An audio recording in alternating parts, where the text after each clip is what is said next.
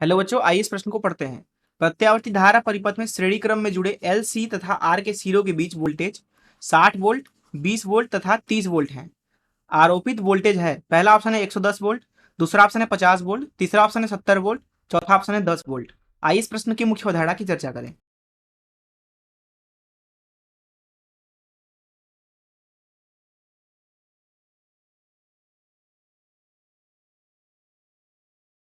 मान लीजिए हमारे पास में एक एलसीआर परिपथ है। एक एलसीआर परिपथ एक ऐसा परिपथ है जिसमें एक प्रेरक होता है, एक संधारित्र होता है तथा एक प्रतिरोध होता है।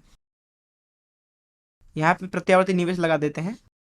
मान लीजिए प्रत्यावर्ती निवेश भी है। प्रेरक का प्रेरकत्व तो एल, संधारित्र की धारिता सी तथा प्रतिरोध का मान आर ले लेते हैं। मान लीजिए यहाँ इस परिपथ में धारा आई प्रवाहित हो रही है। प्रेरक के दोनों तरफ विभवांतर वी एल ले लेते हैं, संधारित्र के दोनों तरफ विभवांतर वी सी ले लेते हैं, प्रतिरोध के दोनों तरफ विभवांतर वी आर ले लेते हैं। यहाँ पे अगर आप ध्यान से देखें तो ये संरचना जो है वो श्रेणी क्रम में है, अर्थात यहाँ पे जो धारा होगी वो तीनों से समान है। प्रेरक से भी आई धारा है, संधारित्र से भी आई धारा तथा प्रतिरोध से भी धारा आई ही है। तो अगर हम यहाँ पे आई को क्षैतिज में ले लेते हैं, अब जो प्रतिरोध के दोनों तरफ विभवांतर होता है वो दरअसल धारा की ही कला में होता है, इसलिए वी आर को किसी तरीके से बनाएंगे।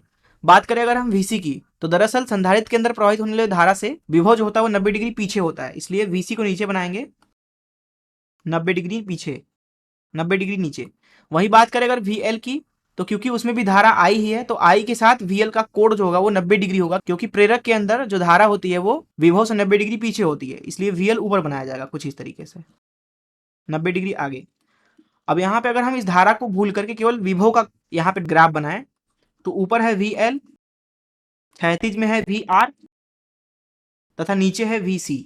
निर्भर करेगा कि वीएल ज्यादा है अथवा वीसी ज्यादा है, ये ग्राफ भी उसी तरीके से बनेगा। और यहाँ पे वीएल, वीआर और वीसी इन तीनों का जो परिणामी होगा उसका परिणामी विभव वी होगा।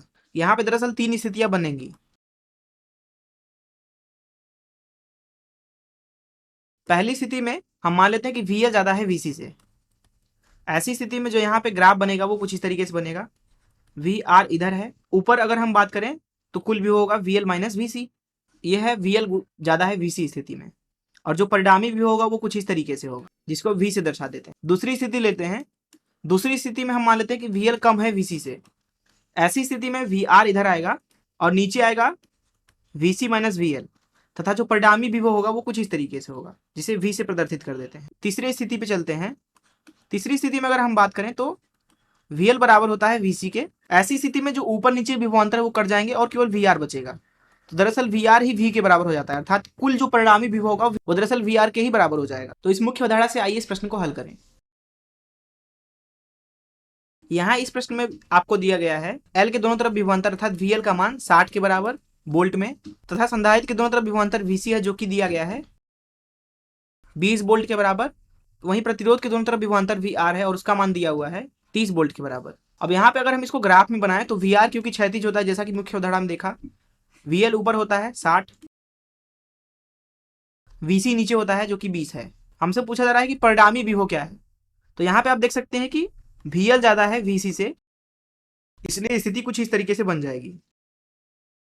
ऊपर अगर कुल विभवांतर देखें तो 60 माइनस 20 जो कि 40 है, क्षैतिज में 30 है, और परिणामी विभव कुछ इस तरीके से होगा वी। यहाँ पे अगर पाइथागोरस प्रमेय लगाएं तो वी स्क्वायर के बराबर हो जाएगा 30 स्क्वायर प्लस 40 स्क्वायर के, 40 स्क्वायर के। तो यहाँ से परिणामी विभव मिल रहा है आपको अंडर रूट में 30 स्क्वायर प्लस 40 स्क्वायर, 40 स्क्वायर के बराबर, जिसका मान अगर आप ज्ञात करें तो 50 वोल्ट के बराबर आएगा। आइए देखें कौन सा ऑप्शन सही है। जैसा कि यहाँ पे आप देख सकते हैं कि बी ऑप्शन सही है। मैं आशा करता हूँ कि आपको इस प्रश्न का हल जरूर समझ आया होगा। धन्यवाद।